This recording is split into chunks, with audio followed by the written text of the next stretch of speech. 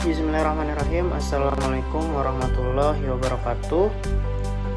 Perkenalkan, nama saya Muhammad Lutfi Maulidin, NPM 18310816. Saya dari kelas reguler peminatan manajemen pemasaran Universitas Islam Kalimantan Muhammad Arsyad Al-Banjari.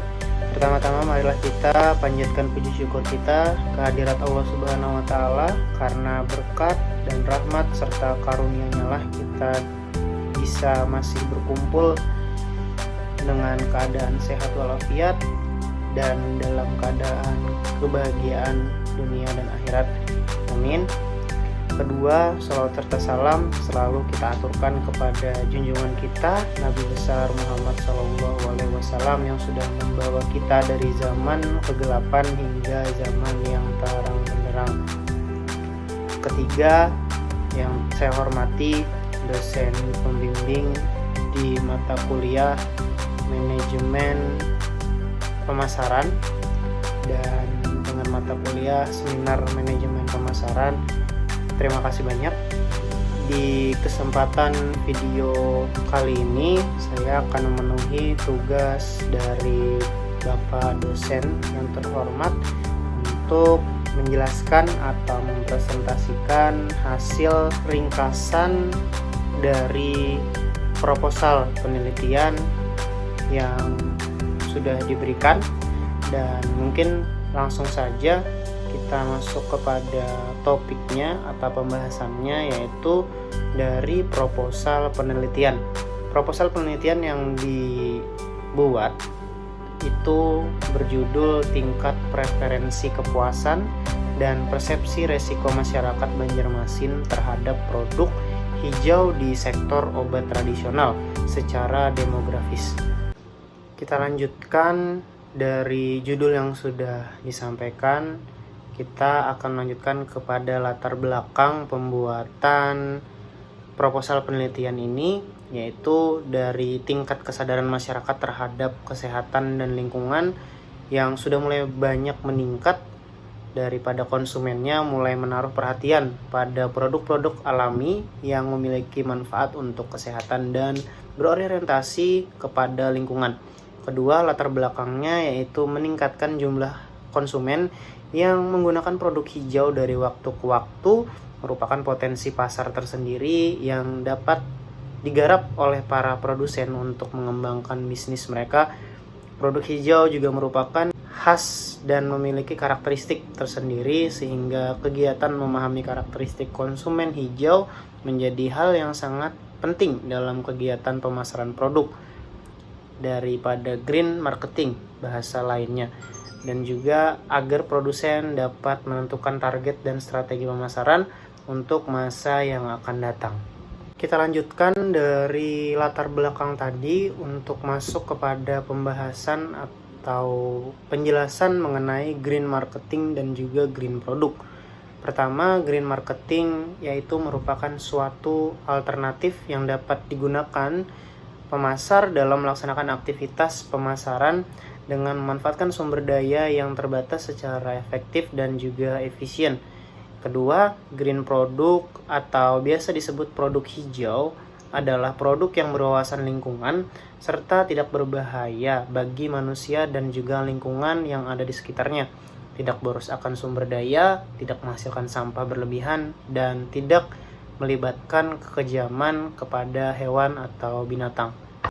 Selanjutnya dari pembahasan green marketing dan green product tadi, kita akan melanjutkan penjelasan ke definisi garis besar mengenai segmentasi pasar. Jadi segmentasi pasar itu adalah usaha untuk membagi pasar ke dalam kelompok-kelompok yang dapat dibedakan satu sama lain dalam hal kebutuhan, karakteristik, atau perilaku yang mungkin akan memerlukan produk-produk dan strategi pemasaran tertentu untuk menjangkaunya, dan juga digunakan sebagai suatu strategi untuk memahami struktur pada pasar tersebut. Melalui segmentasi, perusahaan membagi pasar yang besar dan heterogen menjadi segmen-segmen yang lebih kecil yang dapat dijangkau secara efisien dan efektif dengan produk dan layanan yang unik sesuai dengan kebutuhan pasar. Menurut Kotler dan Armstrong, Penggunaan segmentasi pasar telah berkembang luas dan dalam kegiatan bisnis dan dapat juga digunakan untuk melayani pelanggan dengan lebih baik, menganalisis perilaku konsumen, dan mendesain produk tersebut. Selanjutnya, menjelaskan dan mengetahui faktor-faktor apa saja yang mempengaruhi segmentasi pasar, segmentasi terhadap pemasaran tadi. Pertama itu ada faktor gender, kedua ada faktor usia, ketiga ada faktor jenis pekerjaan, keempat ada faktor tingkat pendapatan, dan yang terakhir yang kelima adalah faktor tingkat pendidikan. Masing-masing di faktor ini juga ada penjelasan di dalamnya, yaitu dari faktor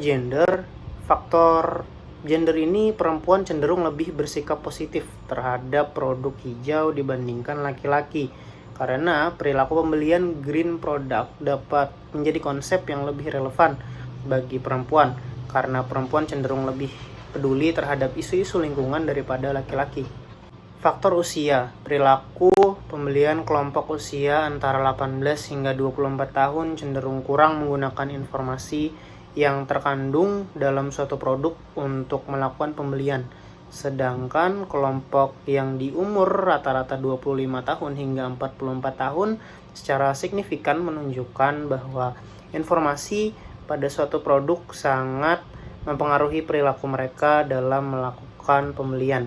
Sedangkan menjelaskan profil konsumen makanan organik yang secara signifikan berpengaruh terhadap penerimaan makanan organik adalah wanita yang berumur 25 sampai 40 tahun. Faktor jenis pekerjaan. Konsumen yang memiliki jenis pekerjaan tertentu pada umumnya mengkonsumsi barang-barang tertentu yang berbeda dengan konsumen dengan jenis pekerjaan lainnya. Faktor tingkat pendapatan.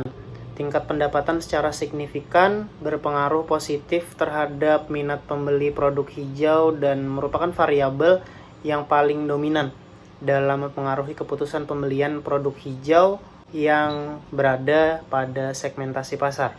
Dan yang terakhir adalah faktor tingkat pendidikan. Dalam penelitian yang ditemukan oleh Sakirido, menemukan bahwa tingkat pendidikan berpengaruh signifikan terhadap pembelian produk hijau pada konsumen yang berada di Malaysia. Karena dengan tingkat pendidikan yang baik, maka pemahaman dan pengetahuan terhadap sesuatu akan jauh lebih baik dan menjadi dasar pertimbangan dalam melakukan pembelian produk hijau. Hal ini sejalan dengan pendapat yang dikemukakan oleh Kim dan Seok bahwa pengetahuan memiliki peranan penting dalam hal sikap penerimaan konsumen terhadap produk hijau, karena yang memiliki pengetahuan terhadap isu lingkungan dan memanfaatkan produk cenderung lebih memilih produk hijau walaupun harganya relatif mahal, karena pastinya dapat mengurangi yang namanya pemborosan limbah dan lain sebagainya. Setelah menjelaskan dan mengetahui faktor-faktor daripada pengaruh akan adanya segmentasi pasar, kita akan melanjutkan kepada penelitian perbedaan teori. Di sini ada bermacam-macam perbedaan menurut teori-teori ilmuwan yang sudah mereka temukan penelitiannya, yaitu yang pertama, ada perbedaan gender tidak memediasi variabel pengetahuan dalam mempengaruhi minat beli konsumen terhadap produk hijau, meskipun ada kecenderungan dengan adanya pengetahuan konsumen lebih memilih produk hijau dibandingkan yang lain. Kedua, ada perbedaan yang positif namun tidak signifikan antara minat beli konsumen laki-laki dan juga perempuan, meskipun masih didominasi oleh konsumen perempuan karena seperti yang disebutkan kepada faktor gender sebelumnya. Ketiga, ada faktor demografi, jenis kelamin. Tingkat pendidikan dan pendapatan tidak berpengaruh nyatanya terhadap pilihan konsumen menurut Syahbandi. Kontribusi variabel usia, pendidikan, pekerjaan, pendapatan, ukuran, keluarga tidak signifikan terhadap keputusan pembelian dan memungkinkan dipengaruhi oleh variabel lain, menurut Yahya. Kelima, ada gender, pekerjaan, usia, dan pendidikan. Terakhir, tidak memiliki hubungan terhadap minat beli pangan organik. Dan ya, itu tadi bermacam-macam perbedaan teori dari beberapa ilmuwan yang sudah meneliti mengenai segmentasi pasar. Dan saya akan lanjutkan lagi kepada produk hijau di sektor obat tradisional. Jadi untuk produk hijau di sini itu lebih mengarah kepada sektor obat tradisional, yang mana pada saat ini obat tradisional sangat dibutuhkan oleh masyarakat sekitar. Jadi produk hijau yang merupakan produk khas dan memiliki karakteristik sendiri adalah salah satu produk hijau yang saat ini dikembangkan, yaitu produk hijau di sektor obat tradisional yang terdiri dari jamu, obat tradisional terstandar, dan fitofarmaka. Berlanjut kepada lokasi penelitian dari proposal penelitian ini. Penelitian ini dilaksanakan di Banjarmasin dengan waktu penelitian yang dimulai dari bulan Oktober sampai dengan bulan Maret 2019. Dan dengan banyak responden, minimal 150 responden yang sudah diteliti dan juga sudah didata. Metodologi penelitian selanjutnya, metodologi penelitian yang dipakai pada proposal penelitian kali ini itu ada dua, yaitu deskriptif kualitatif dan juga deskriptif kuantitatif. Deskriptif kualitatif itu untuk menggambarkan sebaran responden yang berkaitan dengan jenis kelamin, umur, pekerjaan, pendapatan, dan produk obat tradisional yang pernah mereka beli. Sedangkan deskriptif kuantitatif dilakukan untuk mengetahui tingkat preferensi, tingkat kepuasan, dan persepsi resiko dengan menggunakan kuesioner model tertutup menggunakan skala Likert. Teknik pengambilan sampel pada proposal penelitian kali ini menggunakan populasi. Dalam penelitian ini adalah masyarakat Kota Banjarmasin. Pengambilan sampel menggunakan metode possessive sampling, yaitu pengambilan sampel yang bertujuan di mana hanya elemen populasi yang pernah mengkonsumsi produk tradisional saja yang akan dijadikan sampel, dan juga jumlah minimum sampel yang telah didapatkan dengan menggunakan rumus Slowin. Dan untuk teknik analisis data, pada penelitian ini menggunakan teknik statistik non-parametrik, yaitu Wilcoxon-Signan Rank Test, untuk melihat ada atau tidaknya perbedaan tanggapan responden terhadap variabel yang telah diteliti, dan juga analisis SEM untuk melihat hubungan dan pengaruh antara variabel-variabel tertentu. Mungkin itu saja penjelasan singkat dari saya mengenai proposal penelitian yang berjudul Tingkat Preferensi, Kepuasan, dan Persepsi Resiko Masyarakat Banjarmasin terhadap Produk Hijau di Sektor Obat Tradisional secara Demografis. Terima kasih sekali lagi saya ucapkan kepada Bapak dosen dan Ibu dosen yang sudah selama ini membimbing kami. Dan juga saya mohon maaf apabila dalam penjelasan tadi ada kekurangan hal atau ada kekurangan penjelasan yang mungkin kurang jelas untuk saya sampaikan. Saya mohon maaf. Saya tutup untuk penjelasan video kali ini.